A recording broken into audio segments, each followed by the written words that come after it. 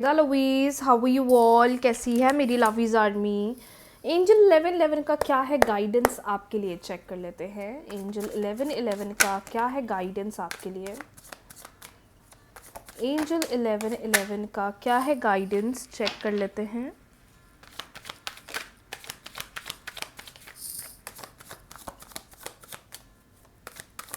Universe please guide करें, angel 1111 का क्या है guidance.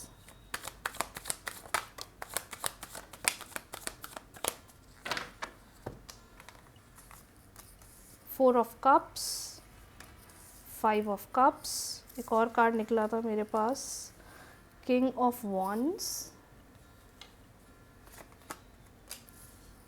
The fool, the star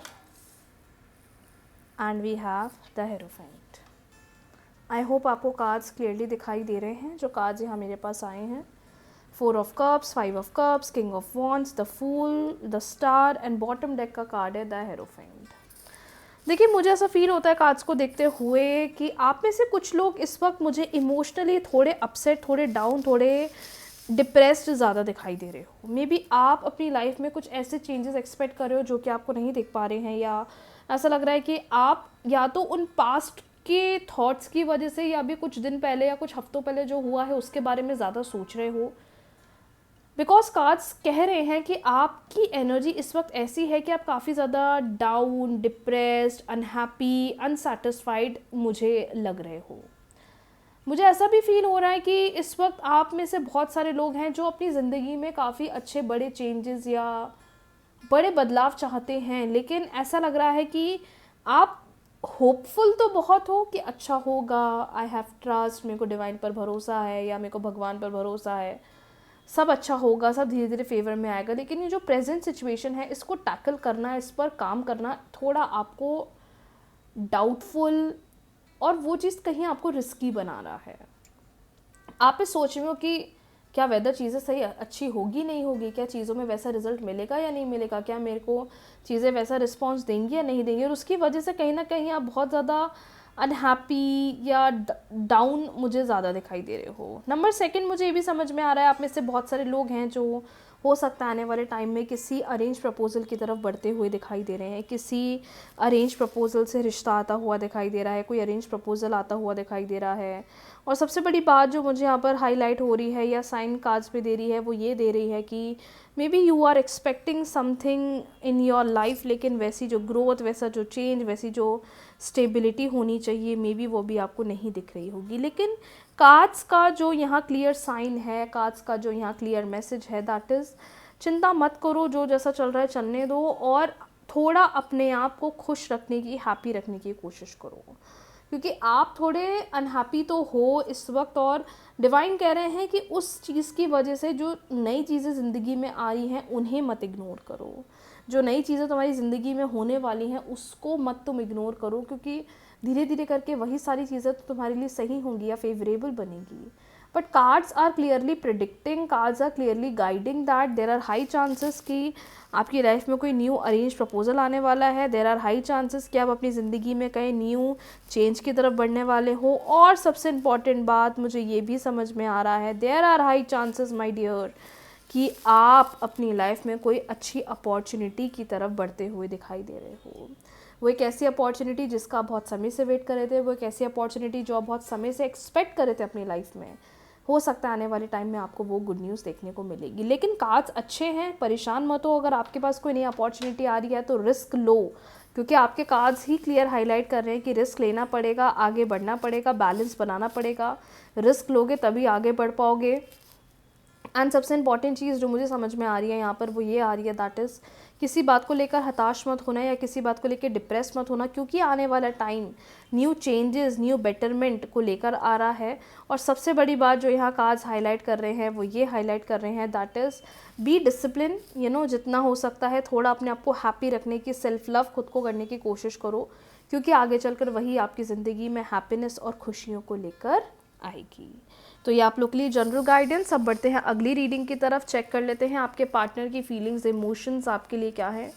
3 बार अपने पार्टनर का नाम ले लीजिए, वो मेल हैं, फीमेल हैं, डजंट मैटर, इस वक्त वो आपके बारे में क्या सोच रहे हैं। इस वक्त वो इस रिश्ते के बारे में क्या सोच रहे हैं।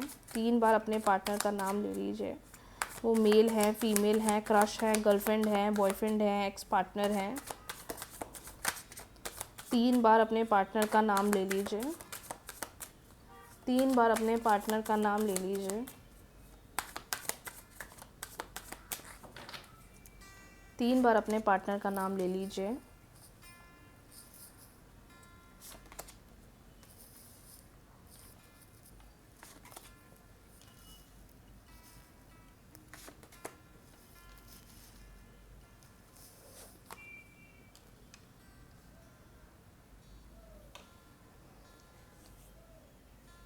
आई होप आपको कार्ड्स दिखाई दे रहे हैं जो यहाँ पर आए हैं। We have page of swords, 5 of wands, 8 of swords, 3 of cups and bottom deck का कार्ड आया हुआ है 7 ऑफ वॉन्ड्स।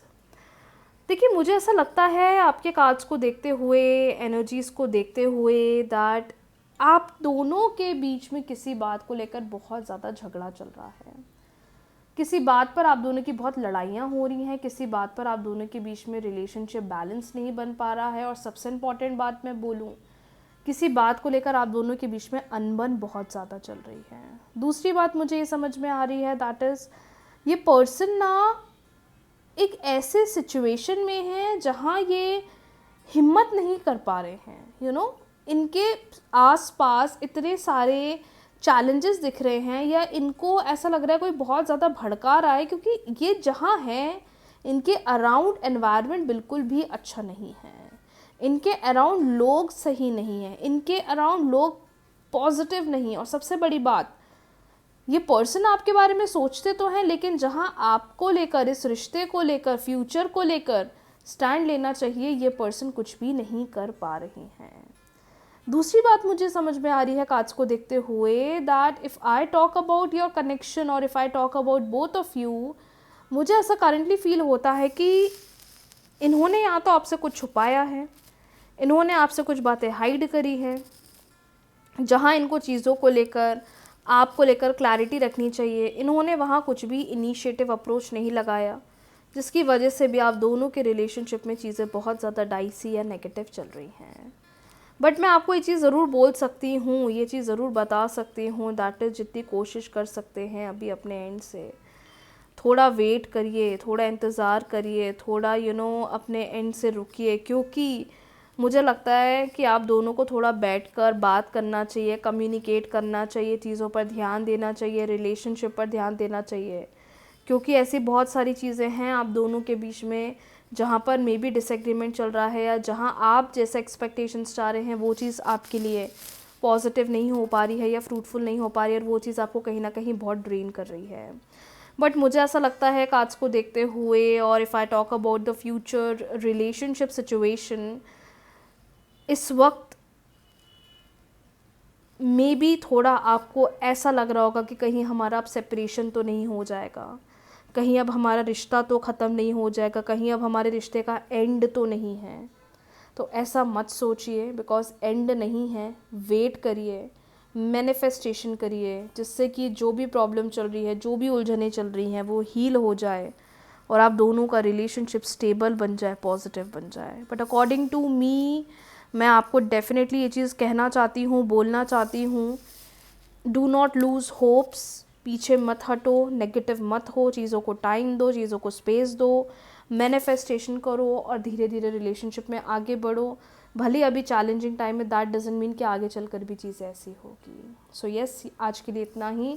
बहुत जल्दी मिलते हैं न्यू रीडिंग्स के साथ, न्यू वीडियो के साथ। रीडिंग्स को क्लेम कर लीजिए, वीडियो को लाइक, शेयर, चैनल को सब्सक्राइब, फॉलो करना बिल्कुल भी ना भूलें। राधे राधे।